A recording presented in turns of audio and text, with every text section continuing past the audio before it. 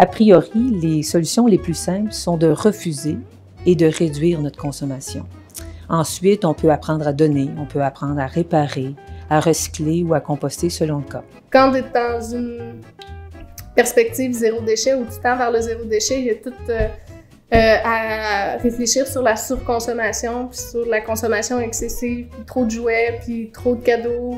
Donc, on a pensé faire un ménage avant pour pouvoir donner les jouets qui ne se servent plus ou des livres, par exemple, que nous, on ne sert plus à ceux qui sont davantage dans le besoin. Ma première intervention a été justement d'installer l'autocollant de la ville qui limite complètement la publicité qu'on reçoit. Donc, le Publisac, je ne le reçois plus. Et l'autre chose que j'ai vraiment introduite, c'est tout ce qui touche les produits d'entretien ménager. Il n'y a plus aucun produit d'entretien ménager qui rentre. J'avais déjà fait un petit bout de chemin, mais là, mes deux amis sont vraiment le vinaigre et le bicarbonate de soude avec lesquels je nettoie complètement la maison. Donc ça aussi, au niveau de l'environnement, c'est majeur. Au niveau de ma santé, c'est majeur. Et au niveau économique, c'est majeur. Grâce aux ateliers offerts par le Filon, les participants du programme ont eu la chance d'apprendre à fabriquer des sacs à vrac, des sacs à collation, de la pellicule alimentaire réutilisable.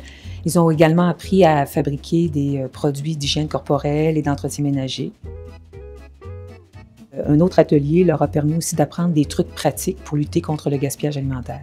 Depuis qu'on est zéro déchet, on prend plus de carton de lait, on prend du lait en vrac. Je trouve que c'est moins pire que de mettre un carton, même si c'est du recyclage. Là, on a commencé à presser du jus d'orange. Là, les filles, tranquillement, pas vite, là, ils ont tripé là-dessus. Là. Même la petite de 10 ans a commencé à se presser son jus d'orange toute seule, là, sans le demander. J'étais comme cool. T'sais. Une solution qui permet de diminuer de beaucoup les emballages, c'est l'achat en vrac ou l'utilisation de contenants lorsqu'on fait ces achats. C'est presque un incontournable du zéro déchet. J'ai trouvé les fermes, ça s'appelle les fermiers de famille. Fait que c'est tous des petits fermiers locaux qui produisent seulement pour leur secteur puis qui vendent des paniers. Donc nous, on en a trouvé un qui vient livrer des paniers juste à côté de chez nous. Il n'y a aucun emballage. On amène nos sacs, puis ça permet vraiment d'avoir un contact là, avec le fermier. On est allé visiter sa ferme. C'est vraiment, vraiment trippant, ces projets-là. Vous savez, le zéro déchet, c'est un mouvement mondial et collectif où chaque citoyen, chaque commerçant a la chance de poser un geste qui fait une différence.